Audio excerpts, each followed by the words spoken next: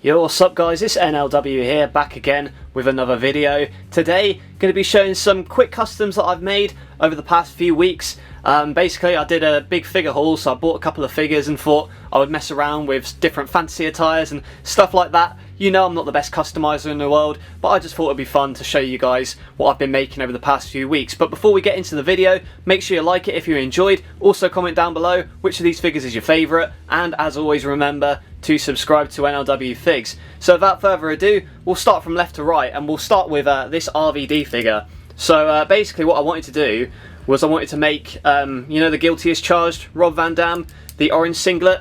Well, I made it, and then it turns out that they're actually releasing an official elite of that attire for Rob Van Dam, which I'm really excited about, but I was kind of gutted that I spent money on the decals only for the figure to be released officially. So instead, I just thought, you know what, I messed up the decals anyway a little bit, so I thought I'd just mess around with like kind of some painting and kind of like practice and stuff like that. You can see here it's kind of gone wrong where I tried to go over it in marker, but it's kind of a similar style to that RVD figure with the skull on it. It's just I painted it in blue. I kind of like smeared it a little bit to give it that kind of airbrush feel, you know. Again, I'm not the best customizer in the world, but I just put this Jack's head on top because the head that came with it was a bit messed up because it was missing the ponytail and that.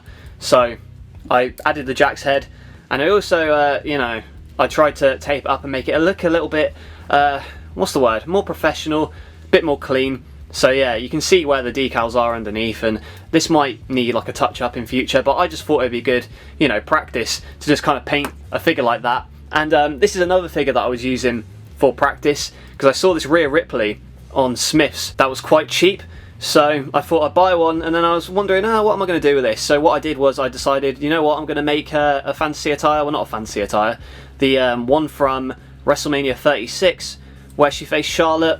So you can see I've painted the jeans up and I've just made it in white. You can see where it's sort of chipped away. But again, this was another figure where it was just like painting practice and really seeing what kind of worked and what kind of painting techniques I could use. So you know what, I might use this attire in future, especially for that Rory booked series I've got going on. But again, like, just sort of practice. You can see where I'm trying to do more complex attires. I might need another coat of paint, probably will, with this being scratched off, but just something fun I wanted to try. And also one that I've been wanting to do for a while. This is another figure that was on reduced sale on Smith's. So I got another Angel Garza, and I thought what better way to match him up with his new tag team partner in NLW Andrade than by matching the yellow attire, because they're bringing out this attire as a basic. And I thought I wanted one as, because I like the colour and I thought the colour would pop on that basic, so I decided to turn it into an elite instead. So I painted the trunks yellow, went over the logos in biro and marker, so you can see there where it's kind of, I think it works, and then added these hands, painted that up, swapped the boots as well to the black boots instead. So I took off the white ones and put these ones on instead. I might need the knee pads, so maybe if I want to fix it up further in future, I'll buy the basic just for the knee pads itself and then use the other parts for, I don't know, spare customs or what have you. But just a fun one I was thinking of. And speaking of Garza and Andrade, one of their main rivals in NLW at the moment is the Death Triangle, and the leader of the Death Triangle here, you got the Bastard Pack. This is another simple one based on, I believe it was when he first turned heel in the WWE as Neville. He had the red attire. So I thought this, again, this was one that was just on sale, so I thought I'd pick it up. And it's also just, you know, it's not even a custom really. I literally just painted that bit red, and already it's just like a new figure. So again, it's a bit of a stretch to call some of these custom figures, but you know, this is more of a fix-up just to kind of paint it red and have an alternate attire. And again, because the AEW figures are so, you know, what's the word, customizable, you can kind of pop the top off and swap and mix and match attires. So this could be for anyone really, but I just wanted to have a more colourful pack attire because usually he's just in the standard black and grey. And now we'll move on to one figure that I actually had a lot of help with from the Pig on Instagram. I'll put his handle up on the screen right now because I can't remember it off the top of my head. But thank you, Pig, for helping me with this Monty Brown figure.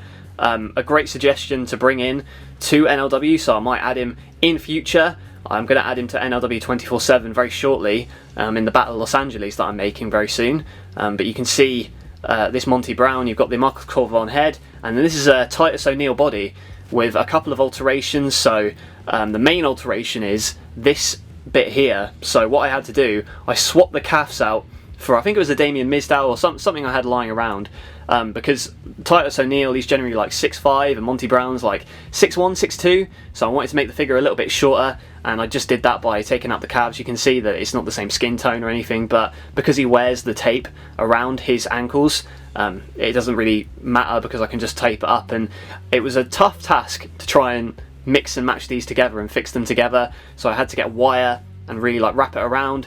So it's a little bit dodgy, but it works well as a figure, and from the amount I've posed it, it's good for stop motion, it's good for pick fedding, and that's all I really care about. And you can see I've just put the decals on the front there and the pounce on the side, and then you see the leopard print on the side as well. So out of all of these, this is probably my favourite. So once again, thank you, big shout out to the Pig on Instagram. Go follow them, they're very helpful with this, and also Test as well, they helped me out with, so I'm glad that they gave me some suggestions as to how to make this one, so thank you very much.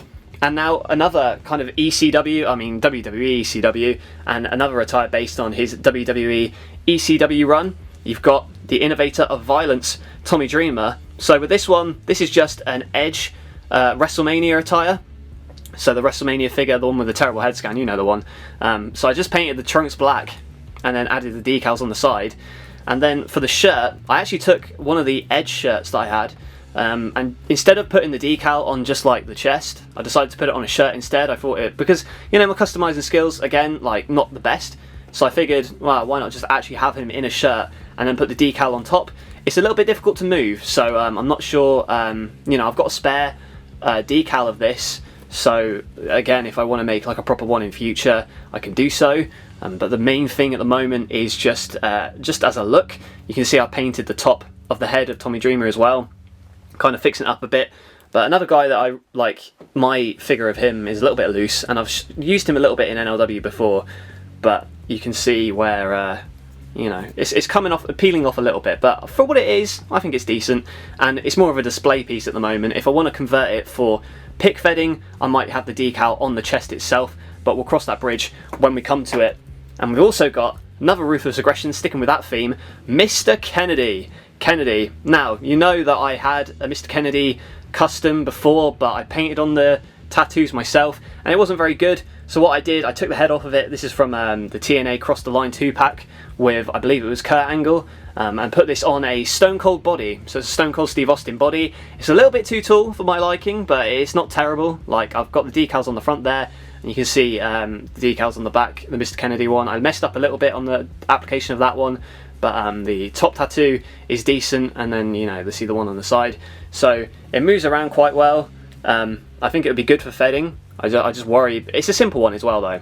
So I got, this is Stone Cold body, as I said, and I believe that was the Royal Rumble Elite. So I took the updated head scan for the Stone Cold and I put it on the Defining Moments one. So that's the one you're going to see in NLW. But for this Ken Kennedy, you know, decent work. I'm pretty happy with how this one turned out. It's a simple custom, and I like upgrading my Jax figures from time to time, as you saw with the Tommy Dreamer. And I'll move on to, I believe he's the current ROH champion. I could be wrong by the time of this coming out, but you got Bandido.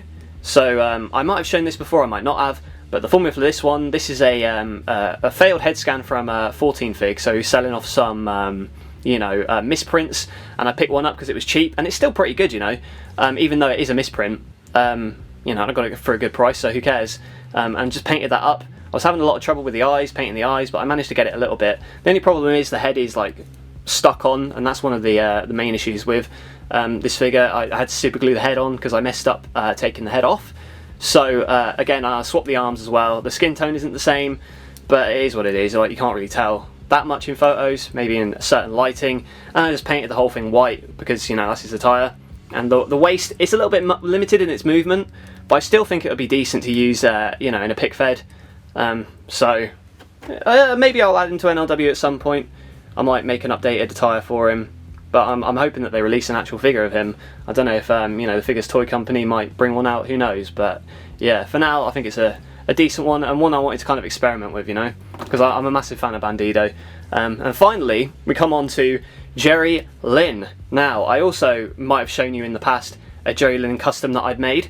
It was an ECW that it was like yellow attire, But again, I saw a Buddy Murphy Elite that was going for quite cheap, so I figured, you know, I'll buy it, and then after I've bought it, I'll see what figure I want to make out of it. And I looked through my custom fodder and saw that I had the Jerry Lynn, and I thought, why not convert it? So what I did, again, like no decals on this whatsoever, I literally just painted the trunks black. You know, and I might need to go over that a little bit more, but I just painted the trunks black and then pop the head on, and I think it looks pretty good, to be honest. And I've always wanted a Jerry Lynn Elite, and this is a Bret Hart head as well, which I painted blonde and then just added the goatee stubble there for Jerry Lynn.